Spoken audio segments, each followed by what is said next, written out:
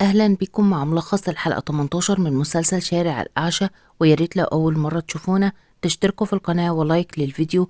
وبداية الحلقة وعزيزة مع أحمد في المستشفى، وقالت له إنها عايزة تهرب معاه على مصر، بس هو قال لها إيه اللي خلاكي تطلبي الطلب ده دلوقتي؟ قالت له أبويا شاف الهدية، لكنه قال لها دي مجرد هدية مش دليل إدانة. قالت عزيزة وانت ناسي إنه شافني عندك ويمكن شافك في حارتنا، وكمان موضوع الهدية أحمد أبويا عايز يجوزني. اتفاجئ وقال لها هيجوزك لمين؟ قالت له وهتفرق ايه؟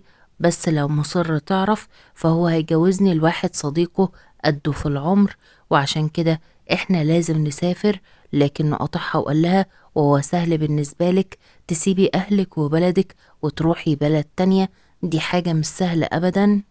قالت عزيزة أنا ما عنديش خيار تاني، يا إما نسافر ونتجوز يا إما نفضل هنا. قال أحمد الحياة الواقعية مش زي السينما، في الأفلام بيهربوا وبتبقى الأمور سهلة، بس الحياة مش بتمشي كده. خلينا نفكر بالعقل، هنهرب إزاي؟ قالت له بالطيارة. قال لها عادي كده، طب انتي معاكي باسبور؟ وبدأت عزيزة تفكر في كلامه وفضلت ساكتة، وهو كمل وقال لها مش كل حاجة سهلة زي الأفلام، في قوانين، وزي ما هو مستحيل نكون مع بعض هنا لازم يكون معاكي باسبور عشان نعرف نهرب. قالت عزيزة أنا لازم أمشي، بس هو قال لها استني خلينا نفكر شوية. لكنها قالت له أنا اتأخرت وبالعافية قدرت أوصل لهنا، وأخاف لو قعدت أكتر أفقد كل أملي. وسابته ومشت ودموعها بتجري على خدها. أما مزنة راحت عند أمها وسألتها عن الجازي، قالت واضحة فوق، جت امبارح وما نعرفش ايه اللي حصل معاها من وقتها، ويلا اطلعي شوفيها واعرفي ايه اللي حصل لها، وراجلها الخسيس ده انا هعرف اخد حقها منه. اما عزيزة رجعت البيت، ولما شافتها امها ندهت عليها، بس البنت كملت طريقها لغرفتها من سكات، ومسكت شريط الفيديو بتاع السفيرة عزيزة وفضلت تبصله. بس نورة وقتها دخلت وقالت لها مين اللي جابك؟ قالت بحزن أبلة سميحة وصلتني بتاكسي. واتضايقت نورة وقالت لها لو أبوك عرف هيزعقلك، وبعدين هي الأفلام دي هي اللي بوظت دماغك. بس هي قالت لها ايه الكلام ده، ما احنا ياما اتفرجنا وضحكنا وتوسعت صدورنا. لكنها قالت وبرضه بكينا وتحسرنا. يا بنتي انت كبرتي وتفتح قلبك، ما تخليش التخاريف تلعب براسك. وبعدين ابو فهد راجل كويس ومقرش وهيدلعك ويصفرك، وابوكي بيمدح فيه، وهو مش ذنبه ان اللي خدهم قبل كده ما كانوش نافعين معاه. وما ردتش عزيزة عليها، فسابتها نورة ونزلت. وكانت الجازي قاعدة في الغرفة بتبكي، وطلعت مزنة ليها وقعدت جنبها تواسيها وتهديها، بس هي اترمت بحضنها تبكي أكتر. وبعدها قالت ما عادش فيا حيل، أنا صبرت على حاجة محدش يصبر عليها. سعد كل يوم بيبقى أوحش من اللي قبله، وأنا لغاية دلوقتي بفكر فيه. وكان سعد مع جماعته بيجهزوا نفسهم للرحيل، وشافوا داري والاتنين فضلوا يبصوا لبعض بكره شديد. وكمل داري طريقه ومشي من سكات، ووقتها وقعت رسالة عواطف من سعد على الأرض. بس واحد شافها وسأله هي مكتوب فيها ايه؟ قال سعد ده الورد بتاعي كاتبه عشان منساهوش. وبعدها ركبوا السيارة ومشيوا. أما الجازي كانت بتقول لمزنة إن عواطف كانت قاصدة تقابل سعد في العش عشان يتواجهوا، ويمكن كانوا بيتقابلوا سوا كل ما جوزها يبقى مش موجود في البيت.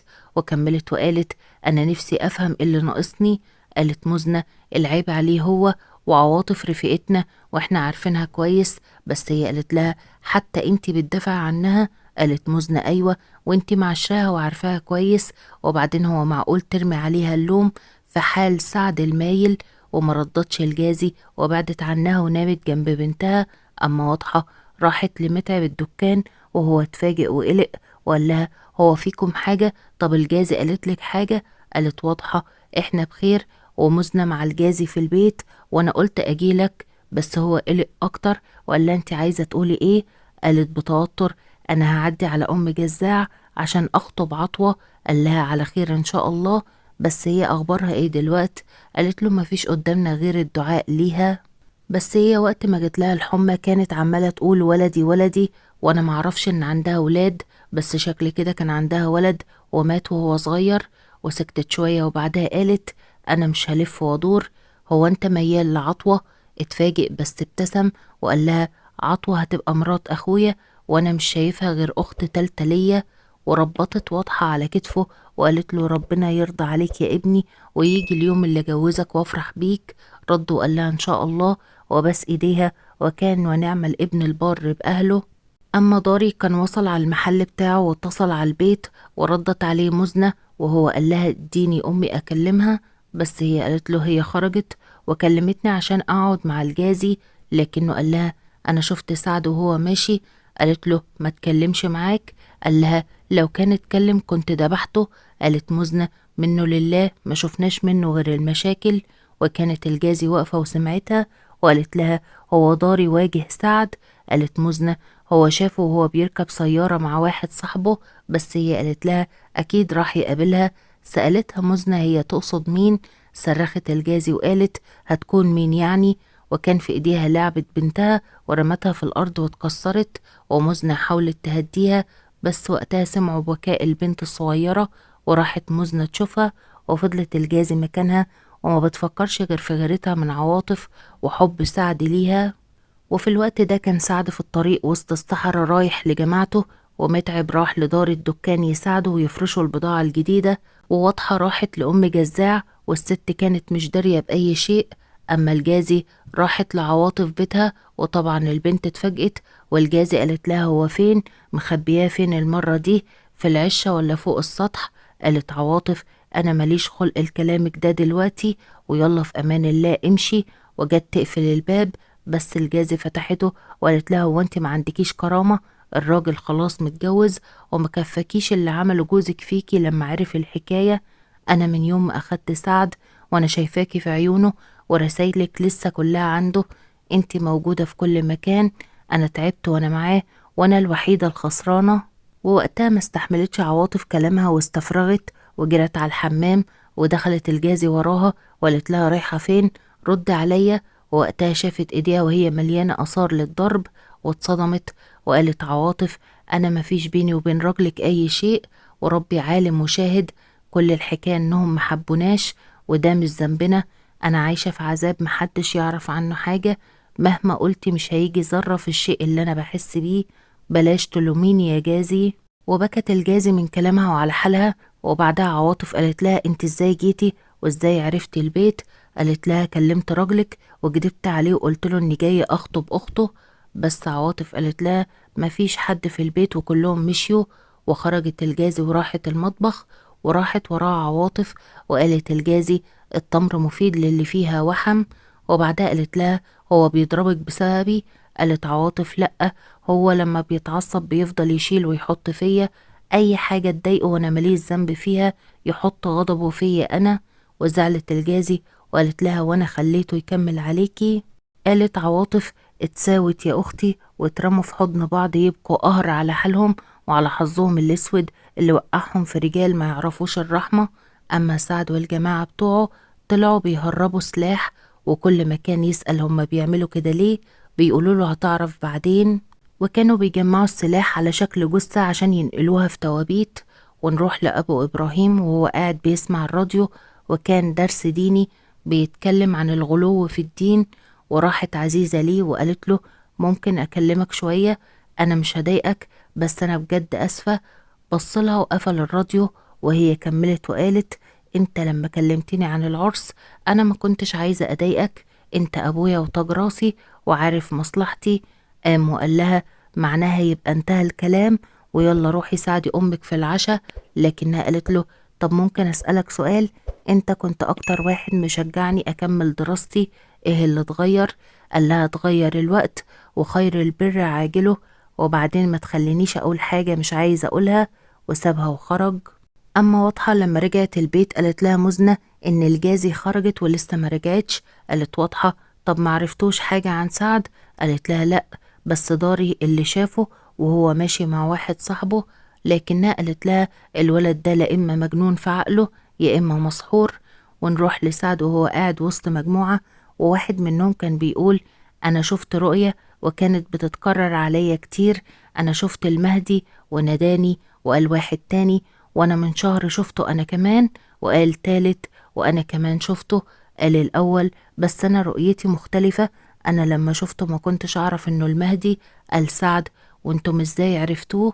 قال واحد اسمه وأصله وفصله معروفين وإن شاء الله قريب هتشوفه. وفضلوا يوصفوا شكله وإن اسمه محمد ابن عبد الله. ونرجع لواضحة وكانت قلقانة عشان الجازي ما رجعتش لسه، ووصلوا متعب وضاري وقالوا إنهم دوروا عليها في الحارة كلها ومش لاقيينها وحتى مش موجودة في السوق. ووقتها سمعوا خبط الباب وراحت واضحة تفتح وكانت الجازي. ولما سألتها أمها هي كانت فين قالت الجازي كان عندي مشاوير وخلصتها، وسابتها ودخلت.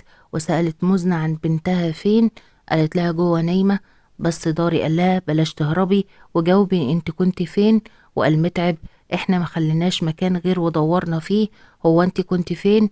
قالت الجازي كان عندي حاجة لازم اعملها وخلصتها الحمد لله، هروح بقى اشوف بنتي.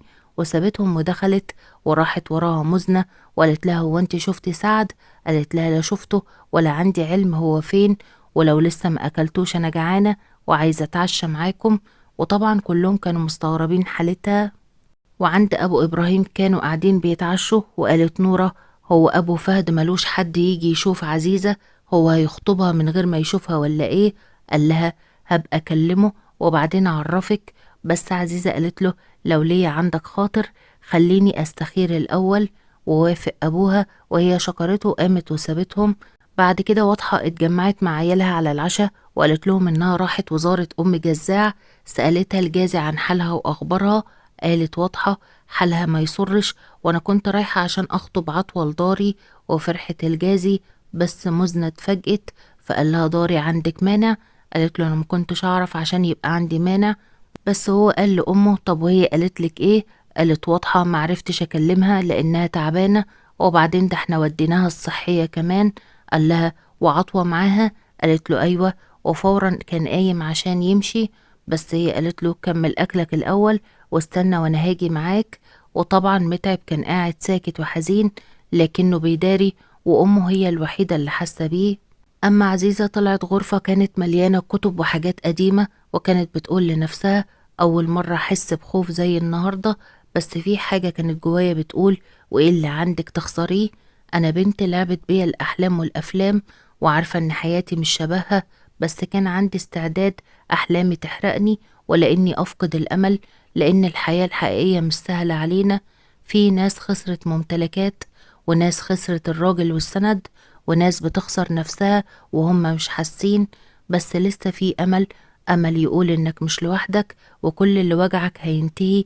وعشان كده لو الأمل مجاش ليا أنا اللي هدور عليه.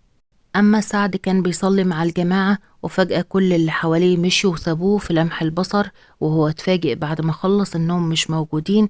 وفضل يبص حواليه ولقى في إيده رسالة عواطف وفجأة اتحرقت لوحدها. وبعدها ظهر نور شديد وراجل بيقول السلام عليكم يا سعد. استغرب وسأله هو مين؟ قال له أنا محمد. قال سعد ابن عبد الله أنت المهدي؟ وطلع ده كله في الآخر حلم. وقام بعدها سعد من النوم وخرج من الخيمة وطلع من جيبه رسالة عواطف وقرأها لآخر مرة ورماها وسط الجمر والدموع بتحرق قلبه قبل عينيه. ووقتها جه واحد وقال له السلام عليكم، أنا ما تعرفتش عليك قبل كده. قال سعد أنت محمد بن عبد الله. واكتفى الراجل بهزة من راسه ومد إيده ليه وقرب منه سعد وسلم عليه.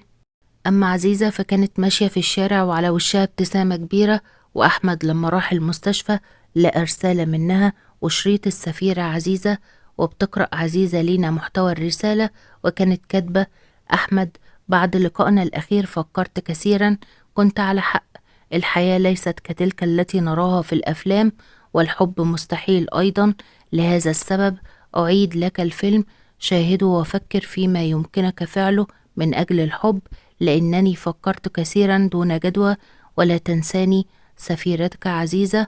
وبعدها راحت وقعدت مع أبوها وأمها وقالت أنا فكرت، كلم أبو فهد يا بابا يجي هو وأهله يخطبوني، أنا موافقة.